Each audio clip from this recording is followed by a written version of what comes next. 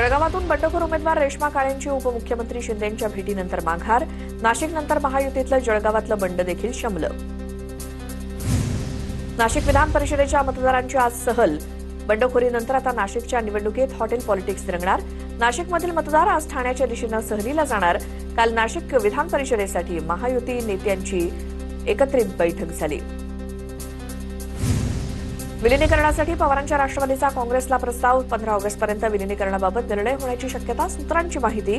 तर विलिनीकरणाबाबत कोणतीही चर्चा नाही. पवारांच्या राष्ट्रवादीनं चर्चा फेटाळल्या. पवारांच्या राष्ट्रवादीकडनं काँग्रेसमध्ये विलिनीकरणासाठी आधी देखील प्रस्ताव आला होता. प्रक्रियेला सुरुवात झाली आहे. नाना पटोलेंचा दावा. तर विलिनीकरणाबाबत कोणतीही चर्चा नाही. पवारांच्या राष्ट्रवादीनं चर्चा फेटाळल्या. पवारांच्या राष्ट्रवादीच्या विलिनीकरणाबाबत काँग्रेस हायकमांडकडनं राज्यातील वरिष्ठ नेतृत्वाकडे चाचपणी. सूत्रांची माहिती. निर्णय हायकमांड घेणार, मात्र राज्यातील नेत्यांची भूमिका जाणून घेतल्याची माहिती. काँग्रेस बुडतं जहाज. कोणत्या पक्षानं त्यात पाय ठेवला तर आम्हालाच फायदा होईल. मुख्यमंत्री फडणवीसांचा विरोधी पक्षातल्या नेत्यांना टोला. लोकशाही वाचवण्यासाठी काँग्रेसमधलं फुटलेल्यांनी एकत्र येणं गरजेचं. काँग्रेस नेते अशोक गेहलोत यांचा विलिनीकरणाच्या चर्चेवरती प्रतिक्रिया. राहुल गांधींना सगळ्यांनी नेता म्हणून स्वीकारावं.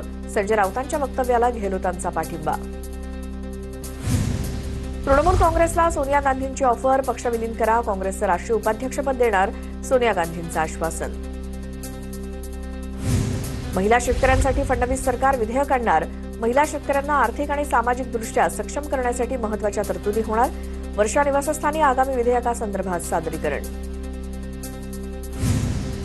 कर्जमाफीतील जाचकटीं विरोधात रोहित पवारांचा एल्गार. पंढरपुरातील शिवतीर्थ परिसरात रोहित पवारांचं आंदोलन. 50,000ची अट काढून 2 लाखांपर्यंत सरसकट कर्जमाफी द्या, रोहित पवारांची मागणी. आंदोलन सुरू होण्यापूर्वीच पोलिसांकडून रोहित पवारांना नोटीस. छत्रपती शिवाजी महाराज चौकातील आंदोलनावरून नोटीस. पालिकेनं इतर मोकळ्या जागेत आंदोलन करण्याचं सुचवलं होतं. नोटीशीत उल्लेख.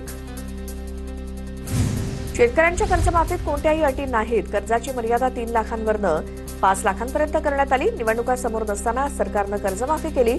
मुख्यमंत्री फडणवीसांची स्पष्टोक्ती. कृषी मंत्री दत्ता भरणेंकडून रोहित पवारांना समोरासमोर चर्चेला येण्याचं निमंत्रण.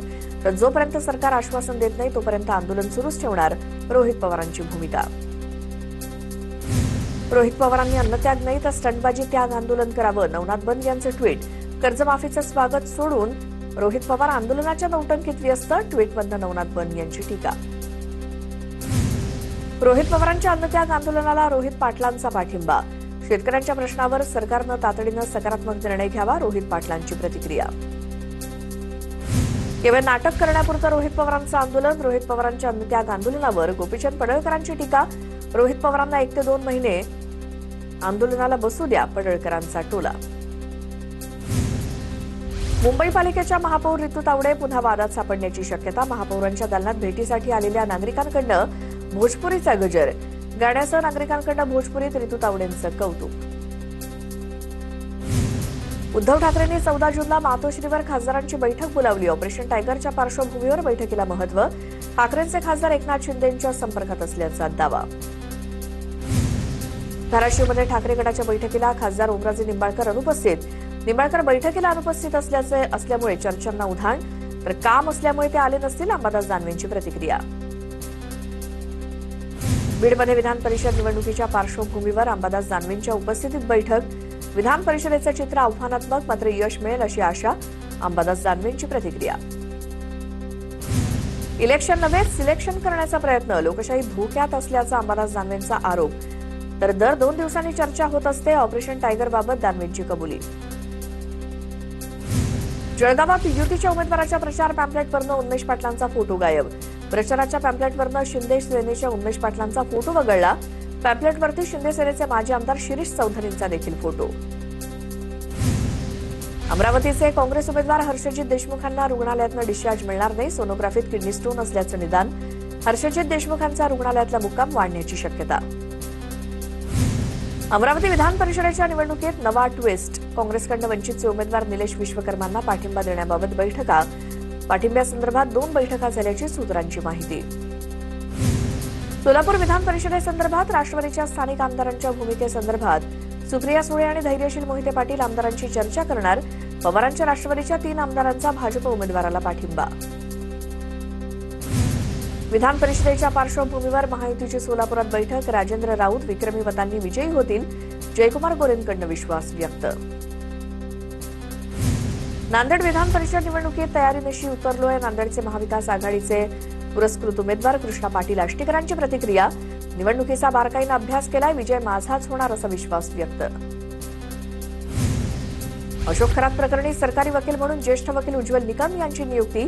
राज्य सरकारचा मोठा निर्णय. विधी आणि न्याय विभागाकडून अधिसूचना जारी. रुग्णालयाच्या फार्मसी बंद, औषध खरेदीची सक्ती करता येणार नाही. अन्न आणि औषध प्रशासन आयुक्त तुकाराम मुंढेंचे आदेश. अवैध गुटखा विक्रेत्यांवरती मकोका अंतर्गत कारवाई होणार. अन्न आणि औषध प्रशासन आयुक्त तुकाराम मुंढेंचा इशारा.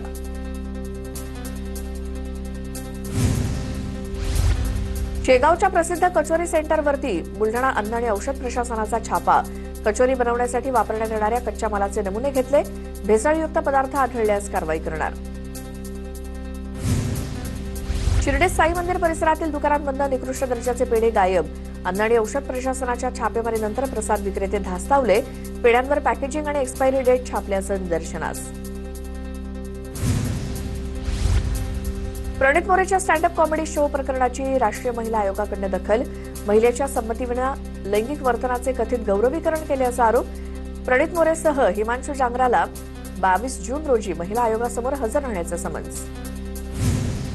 प्रणित मोरेच्या कॉमेडी शोमध्ये डॉक्टर सेजल पवारच्या अश्लील टिप्पणीची केईएम मेडिकल कॉलेजमधून दखल.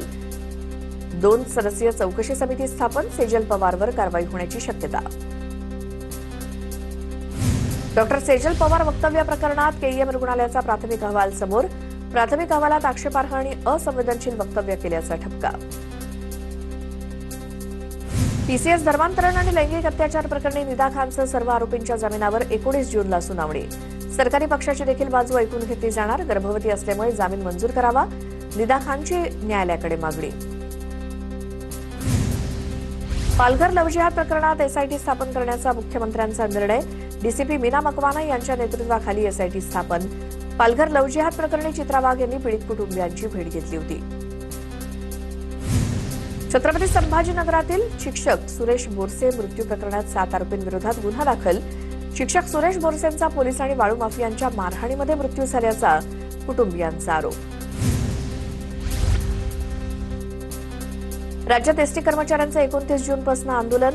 महाराष्ट्र एसटी कामगार संयुक्त कृती समितीकडून एसटी कर्मचाऱ्यांच्या प्रलंबित मागण्यांसाठी राज्यव्यापी आंदोलनाची घोषणा. तातडीनं लक्ष न दिल्यास आंदोलन तीव्र करण्याचा इशारा.